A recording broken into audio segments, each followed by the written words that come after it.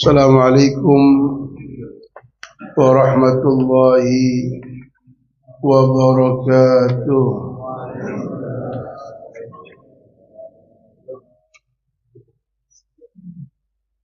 Alhamdulillah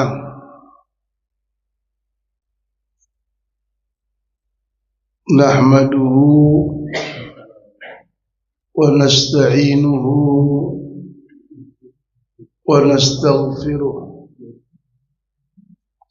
wa na'udzu billahi min syururi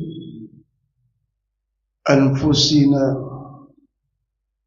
wa min sayyiati a'malina may yahdihillahu fala mudilla lahu wa may yudlil fala hadiya lahu. Allahumma salli ala sayyidina Muhammad wa ala ali sayyidina Muhammad. Al-Fatih lima ughliq wal khatim lima sabaq nasil haqq bil haqq wal hadi ila siratikal mustaqim wa ala alihi wa sahbihi haqqa qadrihi wa miqdarihil azim. Amma ba'd. Ma'asyiral aba wal ummahat rahimakumullah. Pada pagi hari ini kita lanjutkan kajian kita sampai kepada wa an Abi Bakrin As-Siddiq radhiyallahu anhu. 9 baris keempat dari atas.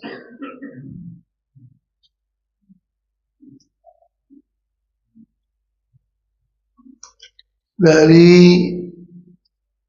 perkataan sahabat Sayyidina Abu Bakar As-Siddiq radhiyallahu anhu. Ketemu?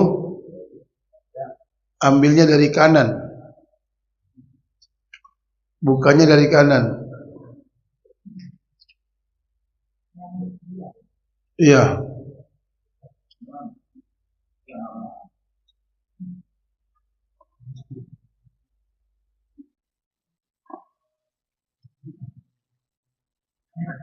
Ya. Jelas ya?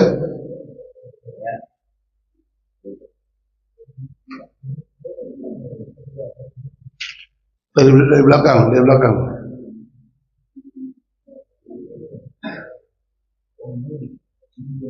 Apa dikatakan man dakhalal qabra, man dakhalal qabra bila zadin faka'annama rakibal bahra bila safinatin. Jadi 9 ya 10. Sahabat Abu Bakar yang disering dengar dengan Ibnu Abi Quhafah, dipanggil dengan Ibnu Abi Quhafah, punya nama Abdullah. Abu Bakar itu namanya Abdullah. Ayahnya bin Utsman. Dan kita nggak pernah tahu. Taunya Abu Bakar bin Abi Quhafah.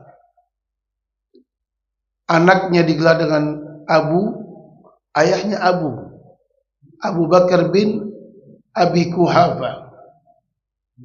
Beliau bernama Abdullah bin Utsman. Nama aslinya Abdullah. Sering kita ucapkan, beliau itu dipanggil dengan Abu Bakar. Bakar artinya gadis. Bakar itu arti gadis. Karena beliau punya anak, satu-satunya istri Nabi yang gadis, Aisyah. Sayyidah Aisyah radhiyallahu anha. Satu-satunya istri Rasul SAW yang gadis hanya beliau, anak sahabat Abu Bakar, namanya Aisyah. Abu Bakar artinya ayah dari seorang gadis. Beliau berucap,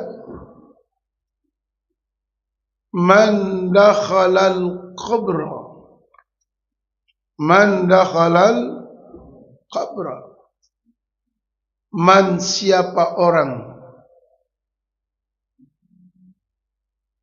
man siapa orang dakhalal qabra, masuk ke dalam kubur, masuk ke dalam kubur. Dan siapapun suatu saat dia pasti akan masuk ke dalamnya, suka atau tidak suka, mau atau tidak mau, pasti. Al-mautu haqqun, al-mautu haqqun. Kematian itu pasti, kematian itu pasti. Mau, nggak mau, suka tidak suka, pasti. Namanya hak dalam masalah, namanya hak, pasti. Maka Allah katakan kullu nafsin dha'iqatul maut, tanpa terkecuali. Kullu nafsin dha'iqatul maut, pasti siapapun Anda, tidak melihat muda dan tua, tidak melihat kaya dan miskin, tidak melihat kuat ataupun lemah, kalau sudah waktunya berangkat. Berangkat sudah. Berangkat. Oh, Ustaz, saya belum siap. Kagak ada urusan. Nggak nunggu ente siap. Siapa ente? Mau nunggu ente dulu. Anda siap dulu ya. Lah kemarin kemana? Kemarin kemana kalau nggak siap? Pak, saya kemarin lihat itu ada seseorang meninggal dan meninggalkan kekayaan 179 triliun. 179 T. Dan uang itu Pak, uang Pak. Uang. Saya tegas lagi, itu uang Pak, pasti asli. Iya, bukan daun Pak. 179 T dan dia mati. Ternyata yang punya duit pun mati Pak. Mati juga. Dan sangat disayangkan, almarhum ini tidak punya keturunan. Kata bapak, saya anak jadi angkat dah. Udah nggak bisa, udah mati Pak. 179 T mati tanpa meninggalkan ahli waris. Terus kemana kalau duitnya itu? Ternyata ini orang kafir Pak. Oh, KPK ambil. Langsung disita ya. Sah. Cepat ini. 179 triliun tanpa ahli waris. Dan tidak punya ahli waris dan tidak ada yang dibawa saat almarhum meninggal. Tidak ada. Tidak ada. Sedikit pun tidak ada. Susah payah pagi siang malam dicari, ternyata ditinggal. Maka dalam kitab yang lain dikatakan, pesan ini, pesan Pak, pesan. Ij'alil himmata firruh. Ij'alil himmata firruh. Ayo, semangat ibadahnya. Semangat ibadahnya. Karena ibadah yang kamu semangati untuk kamu yang kamu bawa. Wal hazimata fin nafs. Kalahkan nafsumu. Nafsu yang selalu menghantuimu, nafsu yang selalu membisikkanmu untuk melawan perintah Allah. Hazimah, kalahkan. Semangati ibadahmu, kalahkan nafsumu. Wal maut fil badan. Ingat, sebentar lagi kematian akan sampai kepada badanmu. Li'anna manzilakal qabr. Rumah aslimu bukan yang saat ini kamu tempati, tetapi kuburlah yang menjadi akan rumah yang lama yang kamu akan tinggal di situ. Wa ahlul magabir yantadhirunak. Dan semua orang-orang yang dikubur sudah menunggumu. Fi kulli lahzatin, dalam setiap saat ditunggu kita sudah, Pak. Tetapi yang menjadi pesan ahli kubur yang sudah terlebih dahulu sebelum kita tinggal, mereka mengatakan iyyaka iyyaka. Awas, hati-hati. Mereka berpesan kepada kita dan kita tidak mendengar pesan tersebut. Maka ditulis, awas, hati-hati kamu sampai kepada kami bila zadin, dan kamu tidak membawa zad, tidak membawa bekal. Karena kami sudah lebih dahulu sampai sebelum kalian, dan nasib kami mengenaskan karena kami sudah sampai sebelum kamu dan kami tidak punya bekal apa-apa. Nasib kami mengenaskan, setiap hari pagi siang dan malam kami disiksa, pagi siang malam kami menderita. Janganlah kalian, nasib kalian seperti kami yang lebih dahulu. Itu pesan mereka kepada kita. Risalah qasirah, pesan singkat mereka kepada kita. Awas, Anda sampai kepada kami, menyusul kami yang sudah terlebih dahulu kami berada di dalamnya, dan kalian tidak membawa apa-apa. Jangan sampai masuk tidak membawa apa-apa, karena yang kalian punya tidak ada kalian bawa. Yang kalian bawa adalah amal ibadah. Dan sahabat Abu Bakar berpesan kepada kita, apa kata beliau? Man dakhalal qabra. Siapapun yang masuk ke dalam kubur, namanya qabra. Bahasa kita kober atau kober. Bahasa Arab apa itu, Pak? Kober itu kober. Di bahasa Betawi kober. Kober. Apa kata beliau? Awas Anda masuk ke dalam kubur bila zadin. Kalau kalian masuk tanpa bekal, namanya zad. Namanya zad. Ini Pak bekal. Ke masjid insya Allah menjadi bekal. Ke masjid insya Allah akan menjadi bekal. Duduk dari subuh sampai hari ini insya Allah menjadi bekal. Bangun malammu bekal. Sedekahmu bekal. Amal jariyahmu bekal kalau punya. Kalau punya. Zikirmu bekal. Qiraah Qur'anmu bekal. Salawatmu bekal. Namanya zad. Tapi bayangkan, yang tidak ke masjid, tidak sholat, tidak bersedekah, tidak berzikir, tidak membaca Quran, yang hidupnya berangkat kerja, pulang kerja, tidur, berangkat kerja, pulang kerja, tidur, tanpa ada sholat, tanpa ada zikir, tanpa ada taklim, tanpa ada amal soleh, maka dia akan masuk ke dalam kubur tanpa zat, tanpa membawa bekal. Apa itu?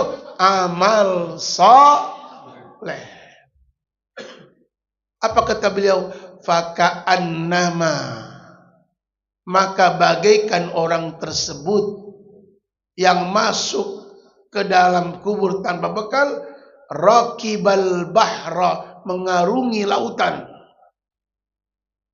bila safinatin, dan dia tanpa ada kapal yang dibawa. Sudah Pak, ada di tengah laut tanpa punya kapal. Apa jadinya?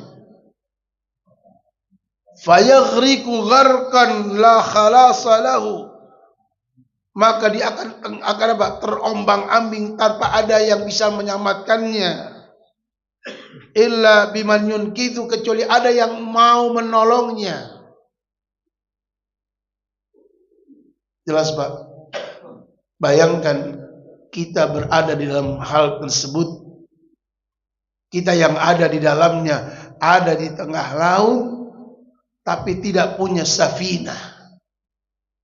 Tidak punya safinah, tidak punya kapal. Safinah.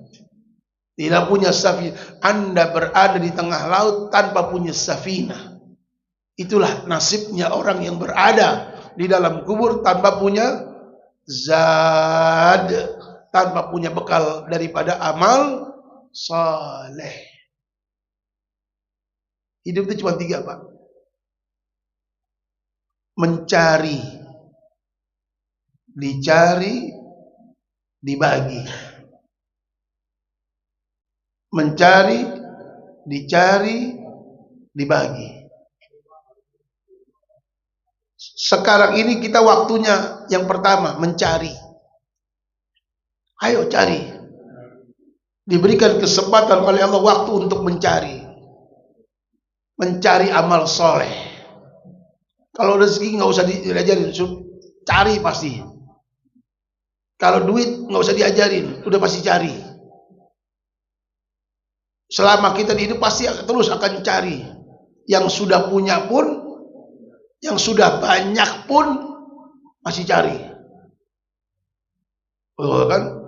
Masih udah banyak masih cari aja. Itu manusia Pak, nggak usah diajarin. Kalau dunia itu nggak usah diajarin Pak, manusia.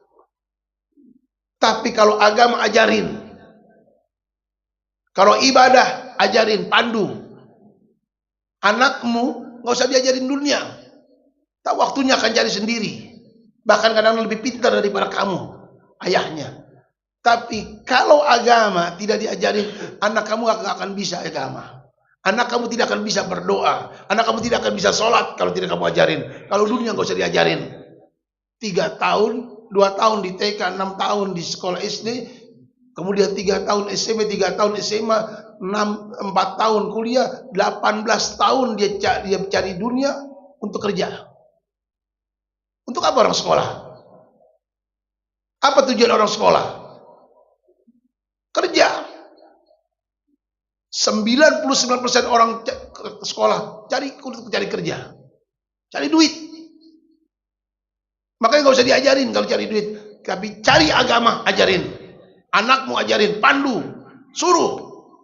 Dan jangan bosan untuk menyuruh anakmu, karena anakmu adalah investor mahal untuk dirimu. Iya.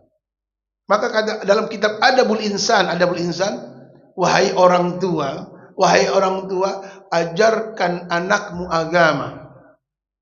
Kalau kamu tidak bisa ajarkan anakmu agama, bawa ke rumah guru yang bisa ajarkan anakmu agama. Kalau tidak, nanti anakmu akan menuntutmu di akhirat. Coba simak, ajarkan anakmu agama. Kamu tugasmu, kewajibanmu, wahai orang tua. Ajarkan. Bisa, ajarin. Saya bisa Ustaz, tapi nggak ada waktu. Bawa ke rumah guru yang bisa mengajarkan anakmu. Jangan dibiarkan. Tanggung jawab mas'ul. Kamu tanggung jawab di hadapan Allah. Itu anakmu adalah tanggung jawabmu. Mas'ul. Bawa ke rumah orang yang bisa mengajarkan anak. Salah satu bentuk tanggung jawabmu di hadapan Allah. Kalau ketika nanti ditanya, wahai fulan, kamu bawa ke anakmu kemana? Ya Allah, aku sudah bawa anakku ke rumah guru yang bisa mengajarkan anak. Karena aku tidak mampu ya Allah. Kamu akan ditanya di hadapan Allah Subhanahu wa taala. Jangan hanya pandai mengajarkan dunia kepada anakmu. Les sana, les sini, tambahan sini, tambahan sana, tapi nggak pernah ditanya agama. Udah sholat belum? Pernahkah pertanyaan itu kamu keluarkan kepada anakmu saat pulang? Udah sholat belum? Sholat di mana? Di masjid mana? Di musolah mana? Sama siapa? Siapa imamnya? Terus Pak, terus tanya itu Pak, terus dengungkan terus pertanyaan itu kepada anak kita sampai besar. Bahkan nanti kalau sudah keluarga pun udah tanya, bagaimana sholatmu nak? Pak, saya sampai hari ini itu terekam jawaban seseorang. Yang ketika ada seseorang izin kepada ayahnya untuk pergi ke Jepang. Ayah, asli orang Betawi, asli orang Jatimulya. Pak, saya mau ke Jepang. Mau ngapain ke Jepang? Dapat ini perintah dari perusahaan untuk ke Jepang. Kata ayahnya, nggak pakai Jepang. Nggak pakai Jepang udah. Ngapa Pak? Ini suruh perintah. Nggak ada perintah-perintah ke Jepang. Lu kerja di sini aja. Ngapa sih Pak? Kan Pak, yang ini yang saya jawab, yang saya garis bawahi. Karena ini Betawi nih. Lu di rumah aja ada gua, sholatnya susah. Gimana kalau lu di Jepang nggak ada gua? Siapa yang ngingetin lu? Siapa yang nyuruh lu? Ntar alasan masjid susah Pak, musola kagak ada Pak. Di sini depan musola kalau kagak sholat, di depan musola rumah lu nggak nyampe. Gimana ntar kalau di Jepang kagak ada musola? Udah sholat nggak ada musola Pak. Apa kata beliau? Lu sebentar hidup lu sebentar, nggak ada yang lu bawa. Yang bawa, lu bawa tuh sholat lu tuh ntar. Pikirin tuh. Itu Pak yang saya kira gambar. Yang dibingungkan bukan urusan dunia. Yang dicemaskan bukan urusan dunia, tapi yang dicemaskan gimana ibadah anaknya nanti. Itu saya bilang. Orangnya bukan orang punya, bukan orang yang mampu, orang yang sangat sederhana, tapi yang menjadikan gimana nanti ibadahnya di sana. Enggak pakai Jepang-Jepangan. Jarang Pak yang begitu Pak. Pak Jepang, ayo nak, ayah doakan nak, mudah-mudahan kamu sukses di Jepang. Kan begitu paling. Udah tahu kualitas ibadah anaknya di sini minim, bagaimana kalau ke Jepang? Kira-kira tambah mantap apa tambah hancur ibadahnya? Lepas. Ada yang lepas jilbab yang perempuan. Plus ada yang lepas sholat 24 jam, nggak ada sholat hidupnya 24 jam kali 7 kali 10 kali sebulan kali 12 bulan, begitu 2 tahun tanpa sholat. Nah, apakah kita bangga dengan anak yang seperti ini? Pulang membawa kesuksesan, membawa nama besar di kantor, mendapatkan penghargaan, tapi nggak pernah sholat, nggak pernah kenal Allah. Apakah ini kita bangga dengan anak seperti ini? Maka Allah kata al-mal wal banun zinatul hayat. Awas, itu cuma perhiasan dunia. Sebentar Pak, kita bawa Pak. Kebanggaan cuma di dunia Pak. Sebutan hanya di dunia. Sebutan hanya di dunia. Oh, anak saya sukses.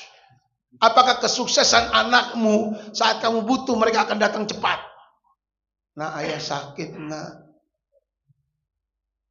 Ya, aku belum bisa datang, sibuk ya.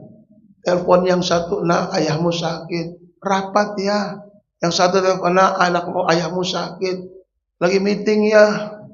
Yang satu, ya anakmu sakit, lagi di luar kota ya. 5 anak yang telepon, tidak satu pun yang datang. Itu yang dikatakan sukses.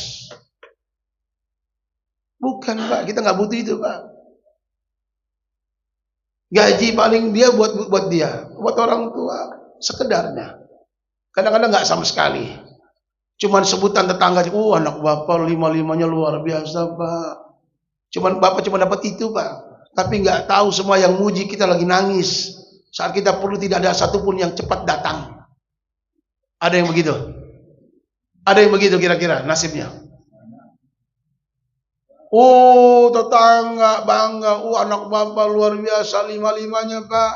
Semua sebutan jadi ini, jadi itu, sukses ini, sukses itu. Semua dipuji oleh tetangga, tapi tidak tahu ayahnya dan ibunya lagi menangis. Karena tidak ada satupun yang datang. Jangankan datang, telepon pun tidak. Na'udzubillah. Ini sibuk Pak. Sibuk semuanya dengan kerjaannya, sibuk dengan karirnya, sibuk dengan perusahaannya, sibuk dengan semua jabatan-jabatannya. Apakah Bapak ingin seperti itu? Kenikmatan yang semu, kebahagiaan yang semu. Tapi bayangkan Pak, anak yang sederhana, tidak punya jabatan, gaji yang biasa-biasa, tapi setiap saat ditelepon selalu ada untuk orang tuanya. Ya, aku datang ya. Pak, saya punya tetangga tukang es Pak. Dagangnya di C11. Menjelang sore ibunya telepon yang sudah sepuh dari Purwakarta. Dia bilang begini, emak kangen. Udah tua Pak. Apa yang beliau lakukan Pak untuk menjawab telepon emak kangen? Habis sholat maghrib nggak pikir panjang. Motor nggak bisa untuk dibawa ke Purwakarta. Naik sepeda Pak. 7 jam 20 menit. Dari ba'dal maghrib sampai jam 2 lewat 20 ke Purwakarta. Nggak pakai pikir panjang, nggak punya duitnya Pak. Naik sepeda Pak. Saya bilang ya Allah, ini anak luar biasa. Ditelepon emak kangen. Gak pakai banyak cerita, naik sepeda Pak. Di tengah jalan hutan-hutan jati dia harus lewat tengah malam Pak. Tapi sampai Pak, itu kita pengen punya anak begitu Pak. Gak pengen kita punya anak sukses yang ketika ditelepon sibuk Pak, repot Pak, di luar kota Pak, belum bisa datang kerjaan numpuk Pak. Nangis kita Pak, nangis Pak. Bayangkan jam 2 malam dia harus naik sepeda untuk menjemput. Ini anak surga Pak. 5 waktu berjamaah ini orang Pak. Hidup di kontrakan, gak pernah tinggal berjamaah. 5 waktu berjamaah. Saya tahu sendiri Pak. Anak sekolah jam 12 siang, jam 3 sore. Itu waktu jam istirahat datang, adzan datang. Ditinggal Pak itu Pak. Rame-ramenya duit itu, ditinggal untuk ke masjid Pak. Saya lihat sendiri, adzan ditinggal ini. Dari jam 12 nungguin istirahat, saat istirahat datang, dunia duit datang. Adzan datang, dipilih ke rumah Allah ketimbang nungguin anak-anak. Karena dia tahu rezeki sudah diatur sama Allah. Ini yang mahal Pak, begini Pak. Karena tahu itu zat, itu bekal yang paling mahal Pak. Itu bekal yang paling mahal yang kita bawa, ibadah kita, sholat kita, bakti kita sama orang tua. Maka di sini katakan awas, Anda bakal mati. Awas kalau mati tanpa bawa bekal. Kalau Anda mati tanpa membawa bekal, Anda seperti berada di tengah laut tanpa punya safina. Hancur Anda. Dan tidak ada yang bisa tolong. Dan hari ini kita masih berada di waktu apa? Saat kita mencari. Mencari Pak. Gunakan kesempatan mencari untuk mencari. Jangan dikasih waktu untuk mencari, tidak mencari. Kenapa? Karena waktunya singkat mencari. Kalau sudah selesai mencari, maka Anda akan dicari. Siapa yang mencari Anda? Tukang memandikan, mencarikan airnya, mencarikan kuburnya, mencarikan perlengkapannya untuk dipakai sama Anda. Setelah ini akan dibawa. Setelah itu akan dibawa, Pak. Akan dibawa. Kemana? Kabroh, ke kuburan. Kalau sudah di sana, Anda tidak bisa mencari. Hanya tunggu dibagi. Siapa yang membagi? Anak soleh. Anak soleh. Apa yang dibagi? Ilmu yang bermanfaat. Apa yang dibagi? Sedekah jariyahmu kalau kamu punya. Kalau tiga-tiganya tidak ada, siapa yang mau bagi kamu? Anak tidak ada yang soleh. Ilmu tidak punya yang diberikan kepada orang yang bermanfaat. Tidak pula sedekah waktu di dunia punya tapi tidak pernah berbagi. Maka nantikan kehancuranmu pagi, siang, dan malam sampai datang hari kiamat. Pak, siapa orang sukses menurut Allah? Maka Allah katakan kullu nafsin dha'iqatul wa innama tuwaffawna ujurakum yaumal qiyamah. Faman zuhziha 'anil nari wa udkhilal jannata faqad faz. Faz. Maka sungguh orang-orang yang sukses. Maka sungguh orang-orang yang beruntung, kata Allah, versi Allah. Bukan yang sukses di dunia, tapi orang yang sukses nanti di akhirat. Apabila nanti kamu berada di akhirat, dijauhkan dari neraka dan didekatkan dengan surga. Itulah orang yang sukses. Siapa orang sukses menurut Allah? Yang dimasukkan ke dalam surga, yang diselamatkan dari api neraka. Itulah yang disebut dengan orang sukses, namanya faza. Siapa namanya? Faza. Orang yang namanya faiz. Kalau banyak namanya faizin. Kalau banyak namanya faizin, orang-orang yang sukses. Versi Allah adalah orang yang selamat dari neraka dan masuk ke dalam surga. Allahumma ja'alna minhum. Ya Allah, jadikan kami kelompok yang sukses nanti di dunia dan di akhirat. Amin. Sampai sini jelas? Ya. Jadi mencari, dicari, dibagi. Kita masih ada di tahap yang pertama, mencari. Maka gunakan kesempatan mencari dengan baik sebelum nanti waktunya dibagi. Dan beruntunglah bagi ada yang dibagi. Tapi hancurlah bila mana sudah tidak mencari dan tidak ada yang bagi. Na'udzubillah. Ada yang mau tanya sebelum lanjut? Ya. Iya. Gimana kalau kita mau karena kita sudah ada soalnya negara mau buka negara kita harus biaya. Nggak perlu banyak biaya. Bukan menciptakan gedung yang bertingkat, Pak, perlu biaya. Dan doa para nabi itu bukan sukses, Pak. Doa para nabi, Rabbi habli minas salihin. Itu doanya para nabi. Rabbi habli minas salihin. Ya Allah, anugerahkan aku, berikan aku keturunan yang saleh. Nabi Allah Ibrahim sudah mengatakan, Rabbi ja'alni muqimas salati wa min dzurriyyati. Ya Allah, jadikan saya, kata Nabi Allah Ibrahim, orang yang selalu menegakkan salat, dan jadikan anak-anakku pun seperti aku, ya Allah. Itu yang diinginkan para anbiya. Itu yang diinginkan para nabi, dirinya saleh dan anak-anaknya saleh. Yang pertama, ibda binafsik, mulai dari dirimu. Mulai dari dirimu. Bagaimana kamu akan mendapatkan anak yang saleh kalau kamu tidak saleh?